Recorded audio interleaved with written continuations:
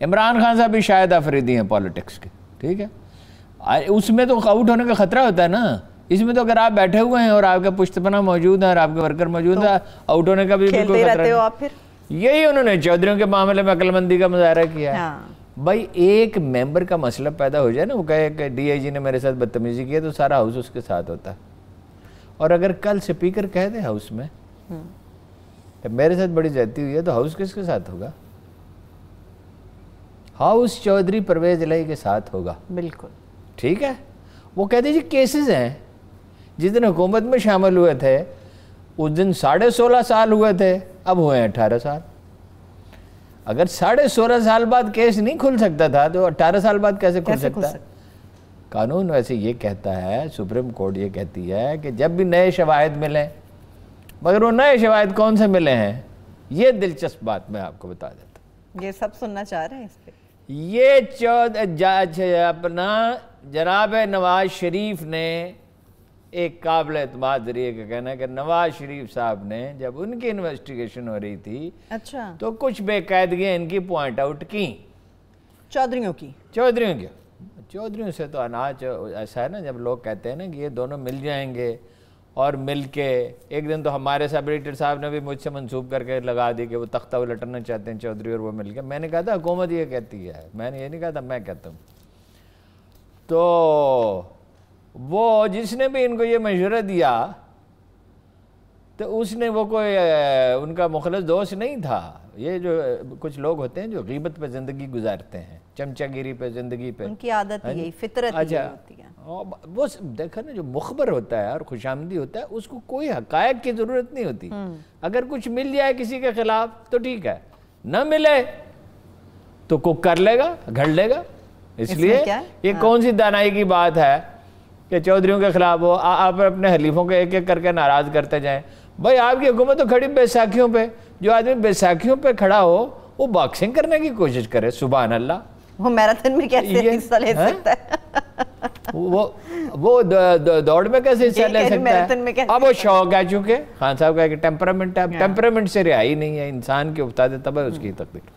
लेकिन बड़ी खबर ये है, सऊदी अरब से अमेरिका ने पेट्रियट मिसाइल हटा लिए। अच्छा, इसलिए, और उसे हालात के रहमो करम पर छोड़ दिया। यानी अगर ईरान उस पर हमला करे, अगर करे, कोई ऐसा मैं नहीं कह रहा कि करेगा, एक खदशा तो मौजूद है, तो मिसाइल को कौन उस पेट्रियट मिसाइल का मतलब होता है जो मिसाइल उसे हवा ही में तबाह कर दिया जाए, उसकी सलाहियत होती है उनके पास। हमने पाकिस्तान ने खुद बनाया, हमें नहीं दिए किसी ने। और अगर इसराइल हमला करे, और नाराज़गी की वजह क्या है? नाराज़गी की वजह यह है कि ऐसे कई लोगों को गिरफ्तार किया है मोहम्मद बिन सुलेमान ने, जो जिनका अमेरिका और बरतानिया से राब्ता था। ताज़ा है, फैसल अब्दुल्ला के हवाले से खबर आ रही है, वो अच्छा, ये वो लोग थे जिनके राब्ते थे, इनसे बरतानिया और अमेरिका नाखुश हो गए हैं। तो अपनी हुदूद में आदमी को रहना चाहिए, वो कह चुका है एक हफ्ता बार। और नाराज़गी वजह क्या है? एक तो ये वजह है ना, ये तेल की प्रोडक्शन इतनी बढ़ा दी, 26 lakh barrel ton, 26 lakh barrel रोजाना, सॉरी टन नहीं, ठीक, 26 लाख बैरल। अब सऊदी अरब में तो तेल जो है वो बहुत नीचे नहीं है ज़मीन के, उसमें कास्ट कम आती है, लेकिन फिर भी जिस भाव वो बेच रहे हैं वो कास्ट से कम है। भाई एक जिद पकड़ ली, क्योंकि शहजादा यही होता है, बिगड़ा हुआ बच्चा है जी, चांद ला के दो मुझे। तो अमेरिका में तो कास्ट $50 है कम से कम। अब वो तो बड़ी मुश्किल में फंस गया कि दुनिया में वो तेल अमेरिका में काफ़ी पैदा होता है, शेल गैस भी काफ़ी होती है, वो तो मुश्किल में फंस गए। इसीलिए तो अफगानिस्तान में भी है, वो जल्दी वापस जाना चाहते हैं। नवंबर में इलेक्शन है, ये अप्रैल है इलेक्शन है, और जो राय अम्मा के मिजाज की तश्कील है वो अगले 2-3 महीने में हो जाएगी। नवंबर में थोड़ी फैसला होगा अमेरिकी इलेक्शन का, ये अगले 2-3 महीने में हो जाएगा, उन्हें वापस जाना है। इसीलिए वो जुल्म खलीलजाद भागते हुए आए, इंडिया भी गए हैं, उनको भी समझाने की कोशिश की है, पाकिस्तान भी, और मुख्तलिफ लोगों से मिले हैं, और इंडिया उनकी सरपरस्ती पे तुला हुआ है अशरफ गनी की। अमेरिका नहीं कर सका मदद, ये कर लेंगे हैं? जो काम उनसे नहीं हो सका, रुस्तम ज़मान से नहीं हो सका, वो मोदी साहब कर लेंगे, हैं? तो असल में सऊदी अरब वाली खबर बहुत बड़ी खबर है, बहुत बड़ी खबर है। हाउस ऑफ सऊद खतरे में है, अंदर इख्तलाफात हैं। एक खबर आपको और दे दूं जी, चलते चलते, हज होगा इंशाअल्लाह, इंशाअल्लाह ताला। ये तो बड़ी ये खुशखबरी आप सुना रहे हैं मैंने लोगों को। सऊदी सफारत खाने से पूछा है, वहाँ कोई मेहरबान है, उसने मुझे बताया कि कोशिश पूरी की जा रही है कि हो, जाहिर है तादाद उतनी ज़्यादा नहीं होगी, जाहिर है कि टेस्ट लोगों को कराने पड़ेंगे, मुमकिन है वहाँ भी जद्दा में भी बंदोबस्त हो कि भाई वहाँ भी वो टेस्ट कराएं। लेकिन आपने बहुत बड़ी खुशखबरी, लेकिन ये है कि इंशाअल्लाह अज़ीज़ हज होगा, इंशाअल्लाह। जाहिर है कम तादाद में लोग जाएंगे, लेकिन अल्लाह का घर आबाद होगा, वहाँ रोने वाले रोएंगे, अल्लाह से किसकी रहमत की दुआ मांगे। दुआ हर जगह कबूल होती है, लेकिन हरम की बात और है। जनाब रसूलुल्लाह सल्लल्लाहु अलैहि वसल्लम ने जहाँ जनाब इब्राहीम अलैहिस्सलाम ने तवाफ़ किया और जनाब रसूलुल्लाह सल्लल्लाहु अलैहि वसल्लम ने किया और उनके बेहतरीन लोगों ने किया, उनके मानने वाले, उनके औलिया ने किया, उनके साहब ने किया, उनके अहले बैत ने किया।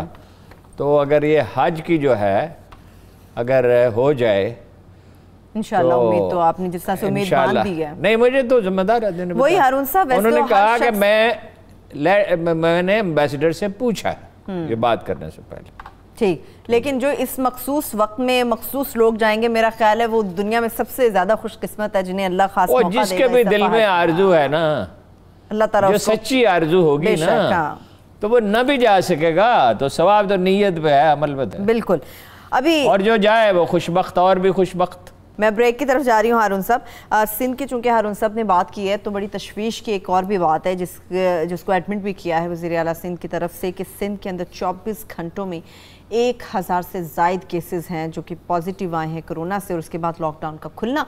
इसके साथ साथ रिलीजियस गैदरिंग्स, उनके हवाले से भी सिंध में महकमा दाखिला सिंध की तरफ से एक नोटिफिकेशन जारी किया गया था कि इसके ऊपर पाबंदी होनी चाहिए। वो चैलेंज तो हो गया है, मगर ये रिलीजियस गैदरिंग्स होनी चाहिए या नहीं होनी चाहिए, ये SOPs बनने चाहिए, इनका लाहे अमल क्या होना चाहिए और किस तरह से इन पर अमल किया जाएगा। छोटी सी ब्रेक से वापस आके इस पर तफसील से बात करेंगे। हमारे साथ रहिए।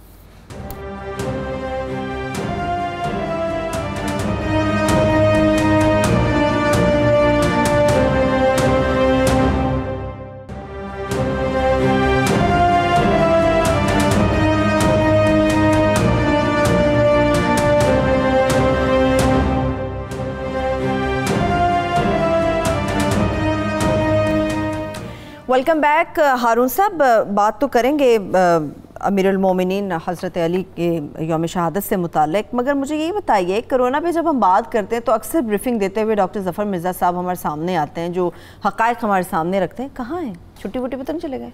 कौन सी छुट्टी? छुट्टी होगी तो मुकम्मल छुट्टी होगी। क्या मतलब? नहीं, वो कल रिकॉर्डिंग कराई थी उन्होंने PTV के लिए, मगर वो नशर नहीं की गई। वजह आपको कल बताया है। वजह ये एंकर्स का क्या तरीका है, ऐसी इतनी मासूमियत से पूछे जैसे पता ही नहीं है। कल आपको बताया था उनकी तो बरतरफी का इम्कान है। अगर ये साबित हो गया, मेरे पास कोई शवायद नहीं है कि मैं कहूँ कि उन्होंने करप्शन की है, लेकिन सीरियस वो अंदेशा है इस मामले में और इसकी इन्वेस्टिगेशन हो रही है। अब जब उनकी बॉडी लैंग्वेज है, वो बड़े भले मानस शरीफ आदमी नज़र आते हैं, इंटरनेशनल इदारों में काम किया है, लेकिन अब सरकारी ज़राए कह रहे हैं कि कुछ शवाहिद हैं।